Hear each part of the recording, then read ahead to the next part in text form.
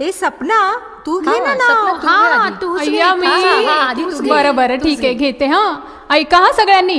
हो हो हो हो हो बोल. चर्चगेट पासून विरार पर्यंत पसरली लसूण. अय्या लसूण. अगं ऐका ना, चर्चगेट पासून विरार पर्यंत पसरली लसूण आणि राजेश रावांचं नाव घेते लोकल ट्रेन मध्ये बसून.